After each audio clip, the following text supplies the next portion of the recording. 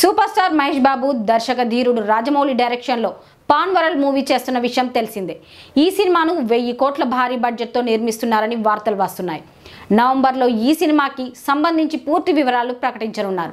ఇక icon star Allu Arjun Kollywood star director అట్లీతో crazy pan world movie చేస్తున్న విషయం తెలిసిందే. సన్ పిక్చర్స్ సంస్థ ఈ మూవీని ప్రతిష్టాత్మకంగా నిర్మిస్తోంది.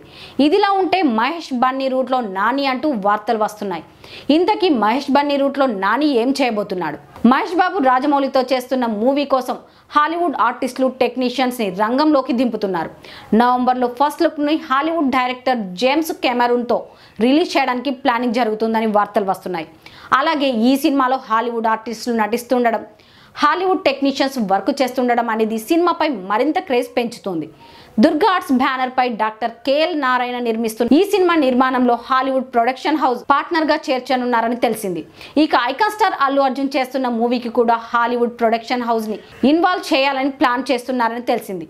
ఈ సినిమా కోసం కూడా హాలీవుడ్ ఆర్టిస్టులు టెక్నీషియన్స్ వర్క్ చేస్తుండడం విశేషం. దీనికి సంబంధించిన పూర్తి వివరాలను త్వరలో ప్రకటించనున్నారు. ఇందులో కథానాయికగా బాలీవుడ్ బ్యూటీ దీపికా పడుకునే నటించనున్నట్టుగా ప్రచారం.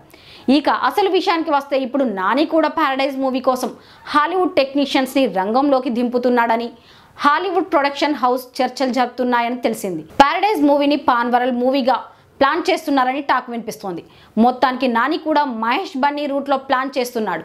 మరి ఈ ప్లాన్ ఎంతవరకు వర్కౌట్ అవుతుందో చూడాలి.